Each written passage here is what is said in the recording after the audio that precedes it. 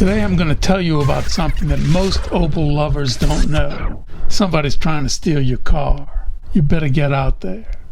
Just kidding.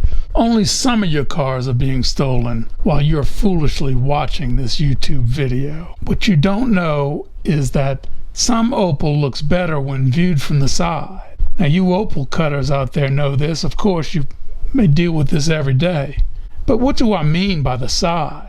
A lot of Australian opal forms in spaces called seams between layers of sedimentary rock. And what do you think will be the shape of opal coming out of these seams? Right.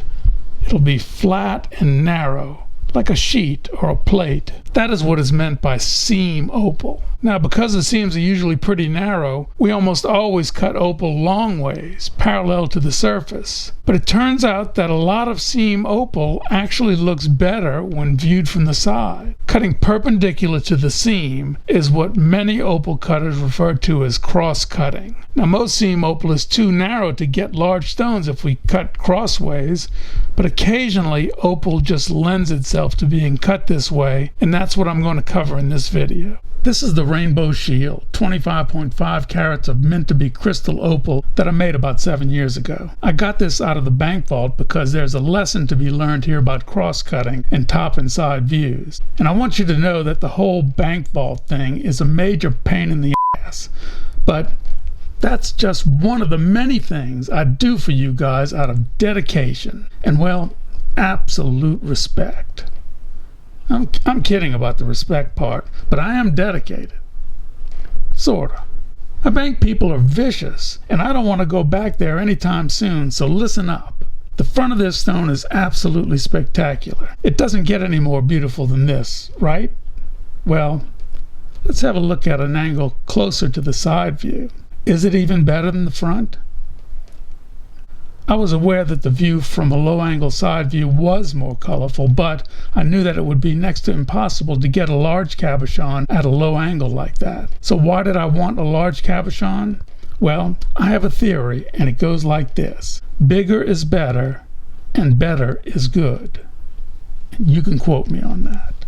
So I had to settle for inferior color in order to get a cabochon this large, and that's the story. But the star of this episode is this 3-ounce parcel of Mintabie dark base opal that I bought from Murray Willis of Australian Opal Mines about 5 years ago. Now, it's a nice parcel, but something's missing.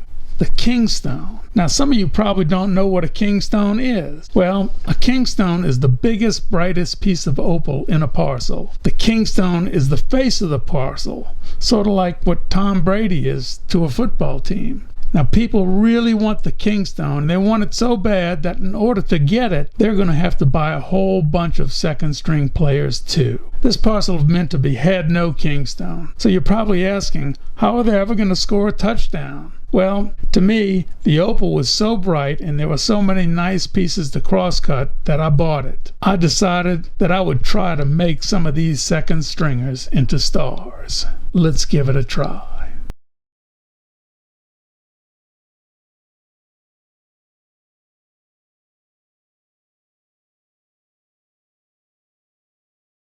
This is 3.5 ounces of white opal from Turkey Ridge that I bought from Village Smithy Opals. What the heck is going on here?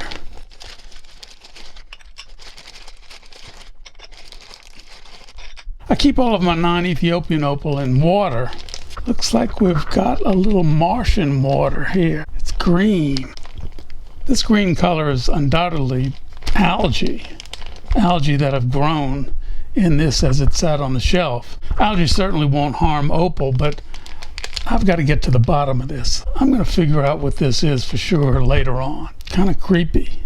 I bought this from Steve Newstrom of Village Smithy Opal. He's a good guy. He's got good material. What was I thinking? Do you think that I wanted to go in there and chase one of those slender color bars and drive myself crazy? I did not. I had something in mind. I bought this opal so that I could cross-cut it. What is cross-cutting, you ask? Cross-cutting is when you cut perpendicular to the color bars, and sometimes you get really interesting patterns, and even cheap opal can look interesting. And that's why I bought this, because I thought that this would make some pretty cool cross-cut cabochons. It'll be hanging like a pendant, so we want the color to be best. We're going to try to rotate it to the angle where it looks best. Sort of about in there. So I'm going to go to the trim saw and take a slice of this off, and then we're going to make a cabochon.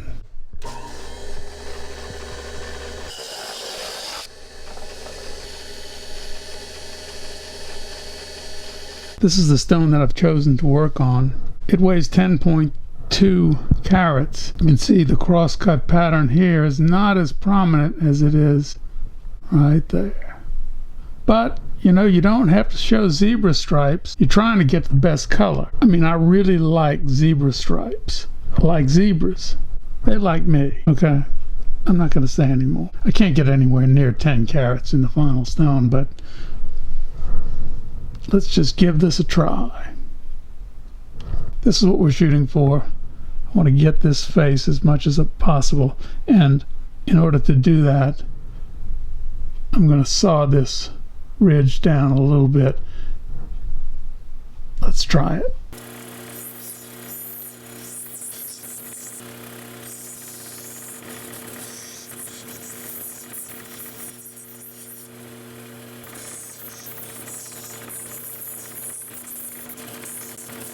I was originally going for this side because this area up here looks so nice, but this area is not as nice as this area. So on this side I've got a lot of color, nice stripes, and I think we can go with something like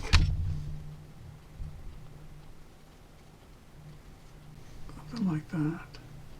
Well, I could go for something a little longer like that.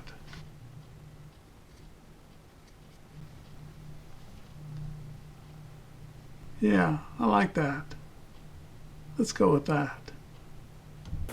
Somebody drew on this. They marked the position that the most color shows up. Let's cut this opal. Let's cross-cut this opal.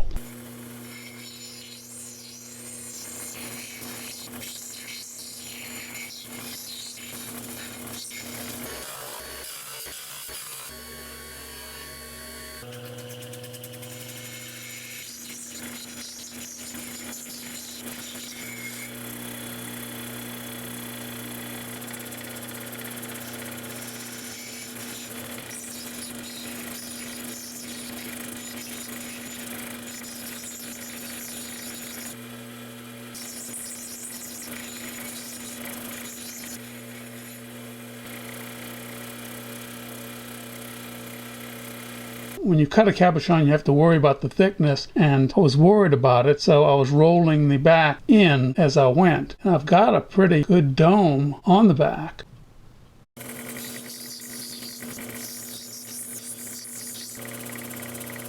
I decided to make this the front. I'm going to put it on a dopstick and get this thing done.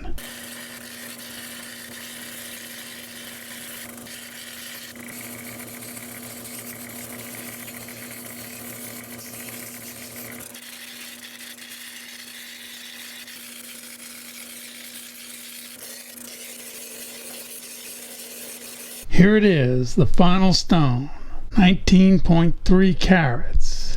Now you may not like this, but this is why I bought this material to begin with, because I personally think that this cross-cut pattern with bright bars and a patchy background is just fabulous. Unique and, dare I say, classy. But there is a problem. I noticed this tiny crack very late in the process, but I decided to leave it. I think that the best way to set this stone is as a bezel mount, and the bezel itself should cover that small spot. And maybe we'll just give this away. What do you think? And it's not because of that tiny flaw either. I think this is just great.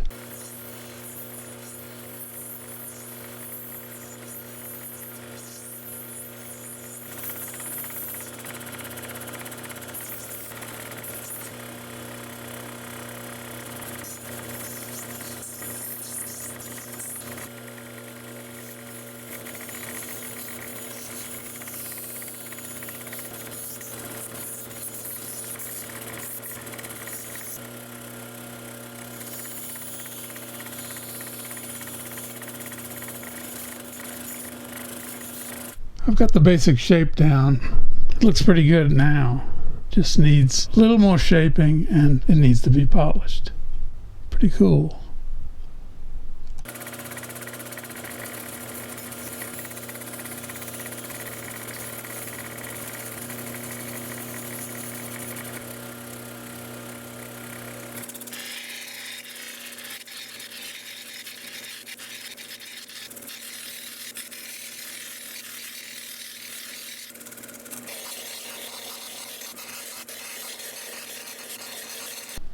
So here's the final stone, 5.52 carats of beautiful dark base crystal opal in a cross-cut pattern. I just love it. And in case you hadn't picked up on it already, I love cross-cut opal. Well, my wife does too. So should I give this away? I can't. My wife wants it. But this weighs 5.62 carats, a little bit more than the other one. This is high-grade crystal opal, and if it were mine, I would polish it up just like it is and make a dangle pendant. This is really expensive high-grade opal, and I'm going to give this one away.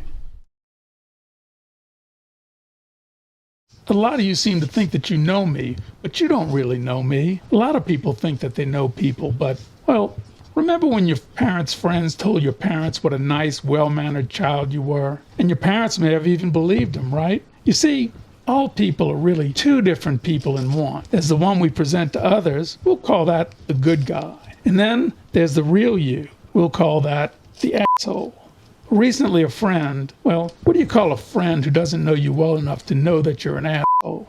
Okay, well, recently an ignorant friend told me that my YouTube personality is nothing like my real personality. Interesting. Well, I just wanted you guys to know that one day you may get to meet the good guy side of me.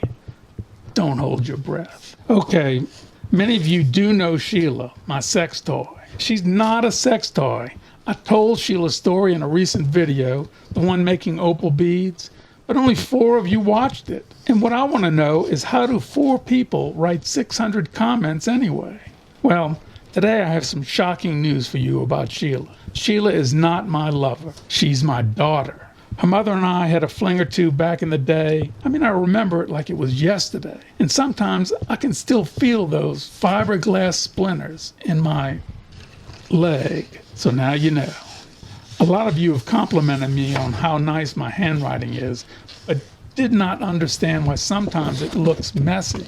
Well, I can assure you this is my real handwriting.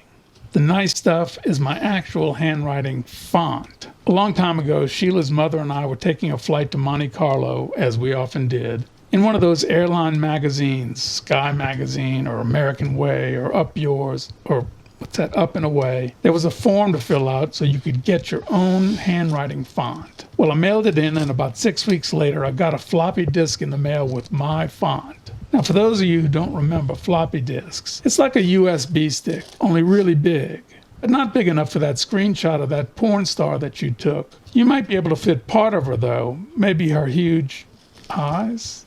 I cut opal, right? Wrong. Do you think that somebody who puts his wife's expensive jewelry in a bank vault would let an opal hack like me cut their opal? Give me a break. You never see me holding, much less cutting, an expensive piece of opal, do you? That's because it isn't me. I'm old, and old people can't do jack. That's why I have a professional cut all my opal for me. This guy. Okay, I know you've got questions. Yes, he's from Australia, but he flies over here every few days or so to cut my opal for me. When he's finished for the day, we sit around drinking beer, eating Vegemite sandwiches. I mean, we laugh and laugh, mostly about how gullible YouTube viewers are. We laugh and laugh, and then my chauffeur takes him to the airport. End of rant. We need to know what is causing this water to be green, and there's only one way to find out for sure.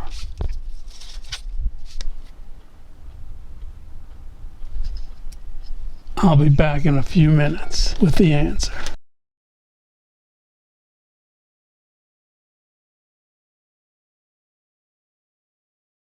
Okay, there was no giveaway last time, but we have a double giveaway this time. We have the 19 karat white opal crosscut cabochon, and we have the 5.6 carat piece of rough Mintabie crystal opal. To enter, leave a comment and tell me what your favorite one-cell organism is. So many great ones to choose from, right? Or if you just can't choose, just make up a name of your own. I'll never know, right? Wrong, I will know, but that's okay. You don't have to be a subscriber to win, but your chances are much better if you are. Winners will be announced in the next video. Well, that's all the cross-crafting I've got for this episode. If you like the video, be sure to subscribe, and I will see you next time.